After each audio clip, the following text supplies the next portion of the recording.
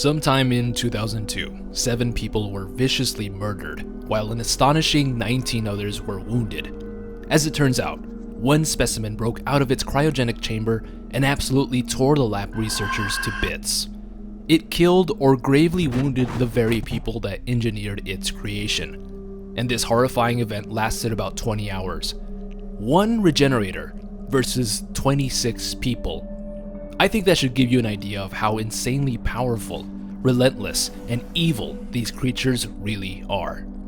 One of those 26 people was Anabel Garcia Escudero, the chief researcher within the Island Labs, and essentially the creator of the Regenerators.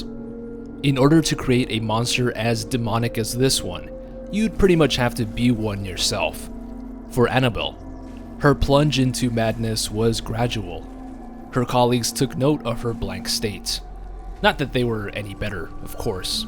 The first few sentences in Annabelle's journal says everything you need to know about her. At last I have created new life.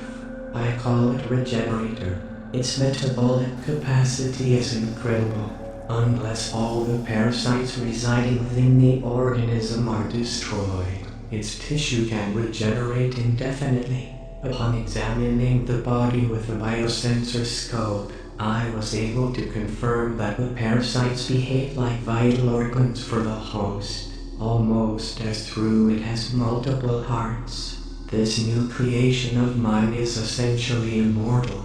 Surely, even Dr. Frankenstein himself would want to shake my hand in admiration. What person in their right mind would be proud of such a twisted creation?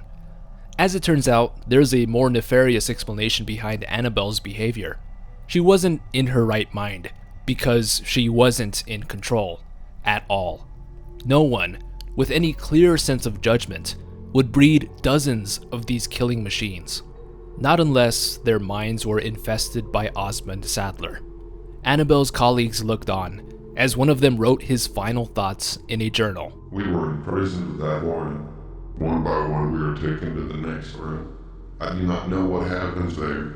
They just took Annabelle. I am probably next. Annabelle is not herself anymore. The smile has been wiped completely from her face. Writing is the only thing that keeps me sane now. Not that anyone will ever read this. The scariest thought, or mystery, behind the 2002 incident is coming to terms with the fact that it wasn't researchers that created the Regenerators. No, it was the Plaga itself that manifested these horrid monsters. Once the parasites took over the minds of the lab researchers, the parasite created a nearly indestructible version of itself. Spooky thought, isn't it?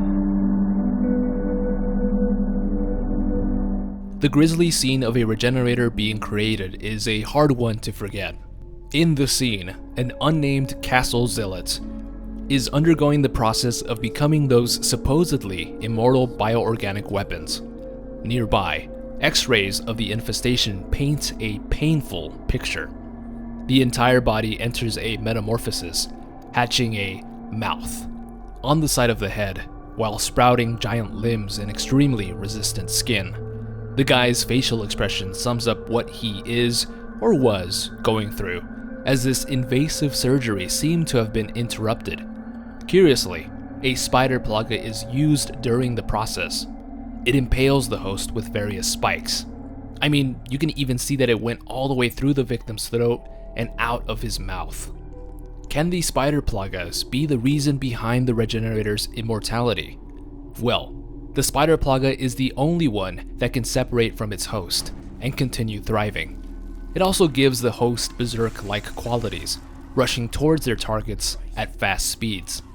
The spider plaga definitely acts like a steroid, and it doesn't need to stay attached to its host. The Regenerators have various plagas in their bodies, implanted by the spider plaga.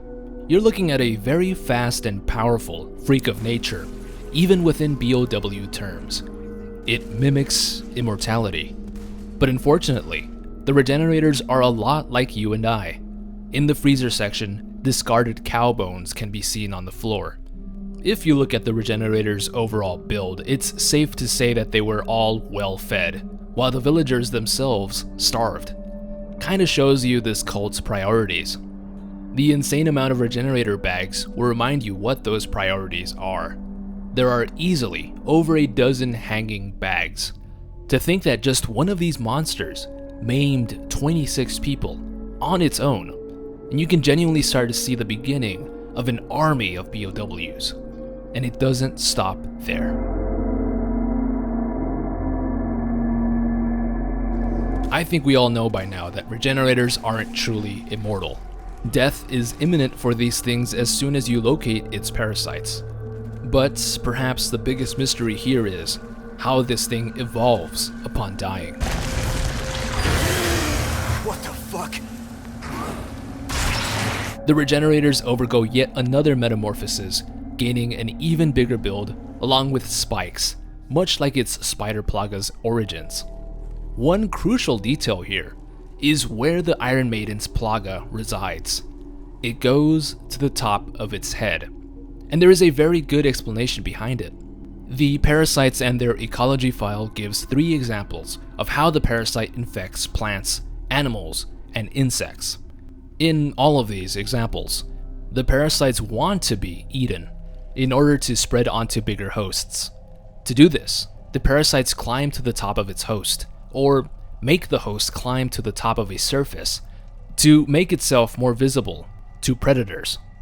An infected ant will climb to the top of a leaf. An infected fish will swim to the surface. You get the picture. The Iron Maiden, while extremely scary, is actually showing off its fear by doing this. Its parasite essentially is preparing for death, so it climbs to the top of its host's head. For the plaga, it's time for migration. But I don't think anyone here is in the mood for some regenerator meat, right? And now I understand why Iron Maidens are even called Iron Maidens. These things symbolize coffins and death, and so its parasite accepts its fate. These new details make these monsters all the more terrifying. Add that with the 2002 incident, and you have to wonder what the hell these people were even thinking, making indestructible creatures. Believe it or not, for better or for worse, Annabelle, the lead researcher, held regrets up until her final moments. The subject went wild and escaped from its cryogenic tank. I was the real fool.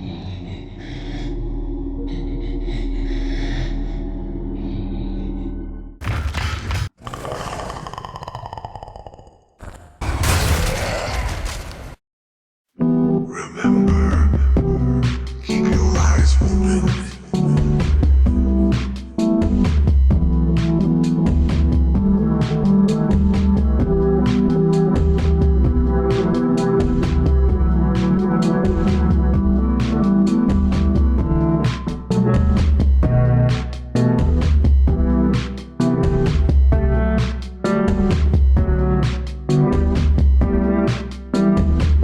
Well, thank you so much for checking out this video. I hope you enjoyed it. What did you think of the new regenerators? Are they spookier? Well, whatever you think, they're definitely much more thicker. Let me know in the comments down below. Don't forget to like and subscribe for more horror lore, lists, and mysteries. Have an awesome rest of your day. And as always, stay single.